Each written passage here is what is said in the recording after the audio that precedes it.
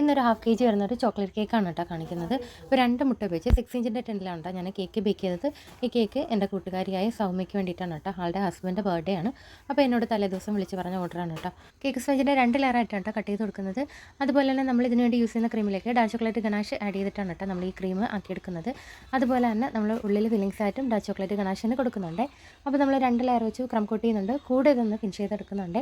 രാവിലെ കൊടുക്കാനുള്ള കേക്ക് ആയതുകൊണ്ട് തന്നെ എന്നെക്കൊണ്ട് പറ്റുന്നതിൻ്റെ മാക്സിമം ഞാനത് ഫിനിഷ് ചെയ്യാനായിട്ടാണ് നോക്കുന്നത്. അപ്പോൾ അതുകൊണ്ട് തന്നെ ബോർഡൊക്കെ ഒന്ന് ക്ലിയർ ചെയ്ത് കൊടുത്ത് കൂടെ ഇതൊന്ന് ഫിനിഷ് ചെയ്തെടുക്കുന്നുണ്ട്. ഇതൊരു ചോക്ലേറ്റ് കേക്കാണ് കേട്ടോ, ചോക്ലേറ്റ് ട്രഫിൾ കേക്കല്ല. അപ്പോൾ അതുകൊണ്ട് തന്നെ ഞാൻ ചോക്ലേറ്റ് ഡ്രിപ്പ് കൊടുത്ത് കേക്ക് ഒന്ന് ഫൈനലൊക്കെ കംപ്ലീറ്റ് ചെയ്യാമെന്നാണ് വിചാരിക്കുന്നത്.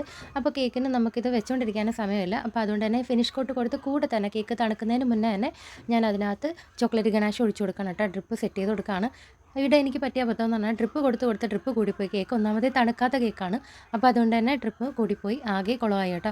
പിന്നെ എന്ത് ചെയ്യാൻ പറ്റും, ഞാൻ പാലറ്റ് നൈഫ് വെച്ചിട്ട് സൈഡും കൂടെ ഒന്ന് ക്ലിയർ ചെയ്ത് മൊത്തത്തിൽ ഞാൻ ചോക്ലേറ്റ് ഗനാഷ് ഒന്ന് അപ്ലൈ ചെയ്ത് കൊടുക്കുന്നു കേട്ടോ. നമ്മൾ ട്രഫിലൊക്കെ ചെയ്യുന്ന കണക്ക് തന്നെ അതേ ഇതുപോലെ ആക്കി എടുത്തിട്ടുണ്ട്.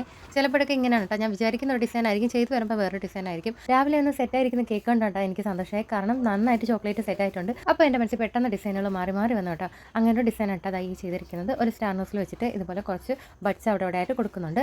അതുപോലെ തന്നെ കുറച്ച് ഷുഗർ ബോൾസ് വലുതും ചെറുതും അവിടെ ഇട്ട് കൊടുക്കുന്നുണ്ട്. അതുപോലെ തന്നെ ഹാപ്പി ബർത്ത്ഡേയുടെ ഒരു അച്ചാണ് കേട്ടോ, നമ്മുടെ സ്റ്റെൻസിൽ പോലത്തെ ആണ്. അപ്പോൾ അത് വെച്ചൊന്ന് പതിപ്പിച്ച് കൊടുക്കുന്നുണ്ട്. ഇങ്ങനെയൊക്കെ നമ്മുടെ കേക്ക് സിമ്പിളായിട്ടൊന്ന് കംപ്ലീറ്റ് ചെയ്ത് എടുത്തിട്ടുണ്ട്. ഈ ഒരു കേക്കിൻ്റെ ലുക്ക് ഉണ്ടപ്പോൾ ആ ഡ്രിപ്പ് ചതിച്ചത് നന്നായി എന്ന് എനിക്ക് തോന്നുന്നുണ്ട് കേട്ടോ. വളരെ ബ്യൂട്ടിഫുൾ ആയിട്ട് നമുക്ക് ഈ കേക്ക് കംപ്ലീറ്റ് ചെയ്തെടുക്കാൻ പറ്റിയിട്ടുണ്ട്. അപ്പോൾ ഇന്നത്തെ വീഡിയോ എത്രയുള്ളൂ, ഇഷ്ടമായിട്ടുണ്ട് തീർച്ചയായിട്ടും സപ്പോർട്ട് ചെയ്യാം കേട്ടോ.